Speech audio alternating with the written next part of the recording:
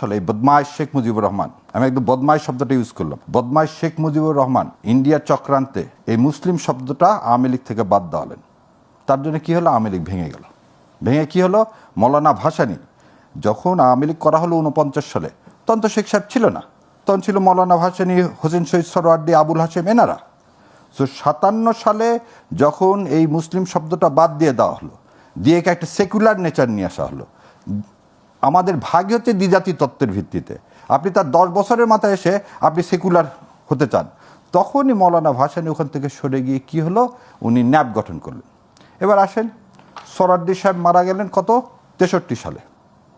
যেই সরওয়ার্দী সাহেব মারা গেলেন, সঙ্গে সঙ্গে শেখ মুজিবুর রহমান পুরা ক্ষমতাটাকে গ্র্যাব করে নিয়ে জেনারেল সেক্রেটারি হয়ে গেলেন আওয়ামী লীগের। তখন একটা নামমাত্র আব্দুর রশিদ তর্গবাগিসকে সেই সময় সভাপতি বানালেন। কেন এই কথাটা বলতেছে, আওয়ামী লীগ যে মতাদর্শের সৃষ্টি হলো, আওয়ামী মুসলিম লীগ, সেখানে কিন্তু আর আওয়ামী লীগ থাকলো না। তাহলে 63-র পরে কি হলো, 63-র পর দেখেন 62 সালে ফারাক্কাবাদ হলো, ফারাক্কাবাদের কাজ শুরু হলো। 65 সালে ভারত পাকিস্তান যুদ্ধ হলো।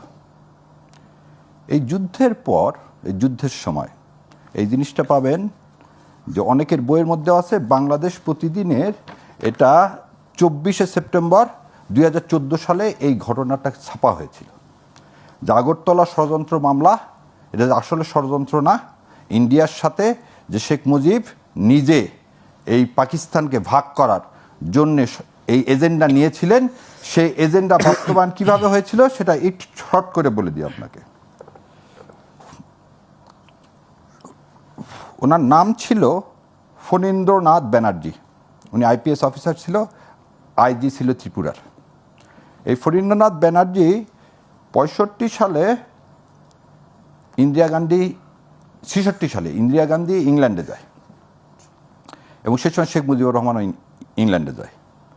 যাওয়ার পরে ওখানে তারা ডক্টর তারাপদ বসুর বাসায় মিলিত হয়, এবং শেখ সাহেব কথা দেয় ইন্দিরা গান্ধীকে, যে কোনোভাবে হোক এই পাকিস্তানকে ভেঙে দেওয়া হবে, কিন্তু এক শর্তে, আমাকে প্রধানমন্ত্রী করতে হবে, আমাকে প্রধানমন্ত্রী করতে হবে। এখন দেখেন, আপনি এটা চিন্তা করেন যে এইভাবে একটা বাস্তবতা চিন্তা করেন যে ঢাকায় 3-4টা মেডিকেল কলেজ আছে, ইউনিভার্সিটি আছে, অনেক কিছু আছে।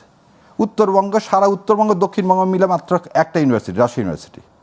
তাহলে আমি যদি এখন বলি রাজশাহী মেডিকেল কলেজ, তাহলে আমি যদি এখন বলি এর শোষণ হচ্ছে, তো ঢাকায় বেশি হচ্ছে, আমার এদিকে কম হচ্ছে, অতএব আমরা এই উত্তরবঙ্গ আর দক্ষিণবঙ্গ মিলে আলাদা রাষ্ট্র করি। সেটা করা উচিত হবে না? আপনার বলতে হবে শোষণ হচ্ছে, আমার এদিকেও ইকুয়াল ডিস্ট্রিবিউশন দেন, ইকুয়াল ডিস্ট্রিবিউশন দেন।